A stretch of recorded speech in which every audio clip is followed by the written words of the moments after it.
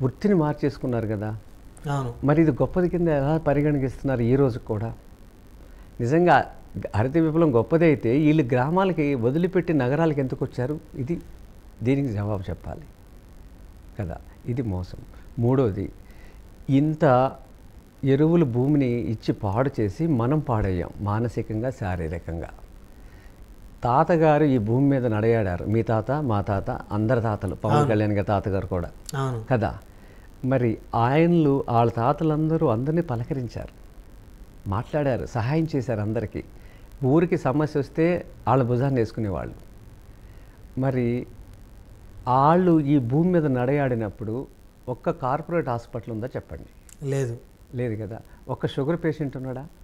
అసలు వాళ్ళకి sugar, BP అంటే కూడా తెలియని లేదు పరిస్థితి కదా. మరి ఇవన్నీ మన పూర్వీకులు ఈ భూమి మీద చక్కగా జీవించి పెళ్ళిళ్ళు చేసి పెంచి పెద్ద చేసి అందరికీ మర్యాదగా గౌరవంగా ఉండి కాలం గడిపారు వాళ్ళంతా. మరి మనం గొప్పవాళ్ళమా, వాళ్ళు గొప్పవాళ్ళమా? గ్రీన్ రెవల్యూషన్ వల్ల ఏం జరిగింది మంచి కదా? ఇప్పుడు 5వ క్లాస్ పిల్లవాడికి కూడా క్యాన్సర్ వచ్చేసింది. బసవతారకం హాస్పిటల్లో చాలామంది ఉన్నారు. అవును సార్. అమ్మ నాన్న కూడా వాళ్ళకి ఎవరో కూడా తెలియదు ఆ పిల్లలకి. అంత చిన్న వయసులో నా అమ్మ ఎవరు, నా నాన్న ఎవరు కూడా తెలియని వయసులో క్యాన్సర్ కూడా ఉన్నారు. అంటే ఎంత దూరం ఇలా ప్రయాణం చేయాలి? ఇంత చక్కని భూమి, ఒకప్పుడు యాచకుడు లేని భూమి భారతదేశం. ప్రతి ఊర్లో ఉపాధి కోసం, అప్పు కోసం పక్క గ్రామానికి వెళ్ళేది ఈ భారతదేశం. మెకాలే అనేవాడు భారతదేశంలో వచ్చినంత వరకు మన భారతదేశం ప్రతి ఇంట్లో పండగ వాతావరణం. తలుపులు గొళ్ళెం పెట్టకుండా పనుల మీద బయటికి వెళ్ళేవాళ్ళు. అంటే దొంగ ఆలోచనలు ఎవరికి లేవు, ఎందుకంటే ప్రతి ఇల్లు సుసంపన్నమే. వాళ్ళ దగ్గర తస్కరిద్దామని దొంగ ఆలోచనలు లేవు, ఎందుకంటే అన్ని ఇల్లు గొప్ప ఇళ్ళే. అలాంటప్పుడు ఇంకా దొంగతనం ఎందుకుంది మనకి? ఆలోచన లేదు కదా. పంచాయతీలు లేవు, గొడవలు లేవు, ఇప్పుడు పెరిగిపోయినాయి అన్నీ. అభద్రతాభావం లేదు. ఇవన్నీ చూసి మెకాలేని అతను కాశ్మీర్ కన్యాకుమారి తిరుగుతున్నప్పుడు అందరూ ఆయనకి బట్టలు పెట్టి భోజనం పెట్టారు. ఎందుకంటే ఈ భారతదేశం యొక్క నినాదం అతిథి దేవో భవ. ప్రపంచానికి లేదు ఈ నినాదం. అతిథిని దేవుడితో సమానంగా చూసేవాడు. అలా భోజనం పెడితే నేను గొప్పవాడిని, మేము తెల్లవాళ్ళం కాదు, మేము గొప్పవడం అనుకున్నాడు వాడు. అంటే భారతీయుల యొక్క సంస్కృతి, సంస్కారాలు అవన్నీ వాళ్ళకి అర్థం కాల. ఇట్లా మనం ఈ 75 ఏళ్ళు వెనక్కి తిరిగి చూసేసరికి ఇన్ని కార్పొరేట్ హాస్పిటల్. వాళ్ళు చూడండి, మన 2 రాష్ట్రాల్లో అత్యంత సంపన్నులు ఎవరు తెలుసా? ఫార్మా ఇండస్ట్రీ వాళ్ళు. అంటే మన రాష్ట్రం ఎలా ఉందనేది ఇదే నిదర్శనం. అంటే ఎన్ని మందులు వాడుతున్నాం అంటే నిదర్శనం వాళ్ళు గొప్పవాళ్ళు అవుతాం కదా. ఆ తర్వాత వృత్తిలో అత్యధికంగా ధనవంతులు డాక్టర్లు, కార్పొరేట్ హాస్పిటల్స్. ఈ అన్నిటికి అడ్డుకట్ట వేయటానికి భారతదేశంలో రాజకీయాల్లోకి వచ్చిన చిత్రకళ పరిశ్రమ నుంచి వచ్చిన వాళ్ళు చాలామంది ఉన్నారు. పవన్ కళ్యాణ్ గారు ఏంటంటే పర్యావరణాన్ని మంత్రిత్వ శాఖ తీసుకున్నారు చూసారా? ఆయన మనసు ఏంటో అది అర్థమైంది. అవును. అంటే ఏదన్నా భూమికి మంచి చేయాలని. సో ఇప్పుడు ఆయన ద్వారా తిరుమల తిరుపతి దేవస్థానం ఈవో చైర్మన్ ఎవరి ద్వారా అయితే పని అవుతుందో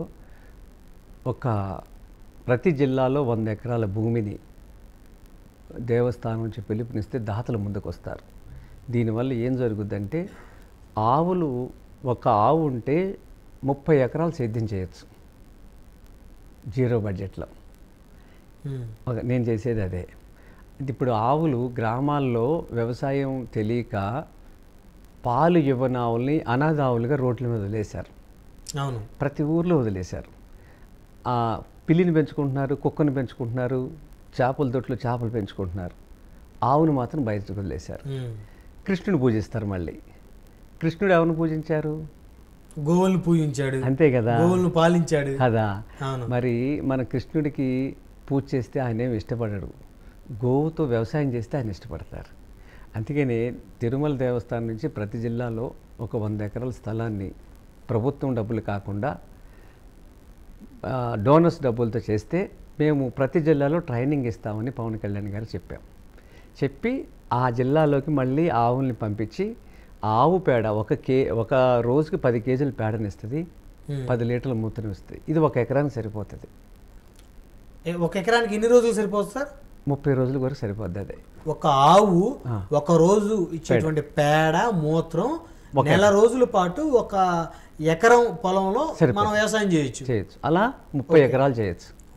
ఒక ఆవు ఉంటే 30 ఎకరాలు చేయొచ్చు 30 రోజులు కాబట్టి. ఇది చేసామనుకోండి, అప్పుడు పౌష్టికాహారం అందరికీ అందుతుంది. ఇప్పుడు ప్రపంచానికి ముందున్న సవాళ్ళు రెండు అతిపెద్ద సవాళ్ళు అండి. ఒకటి భూతాపం పెరుగుతుంది, ఇప్పుడు ఈ వరదలు ఇవన్నీ కూడా ఒక కారణం అదే. రెండోది న్యూట్రిషన్ డెఫిషియన్సీ మహిళలకి, పిల్లలకి, సమాజానికి. దీనివల్ల రక్తహీనతతో పిల్లలు ఉన్నారు. 750 గ్రాముల పిల్లలు పుట్టారు 3 కేజీలు పుట్టాల్సిన చోట.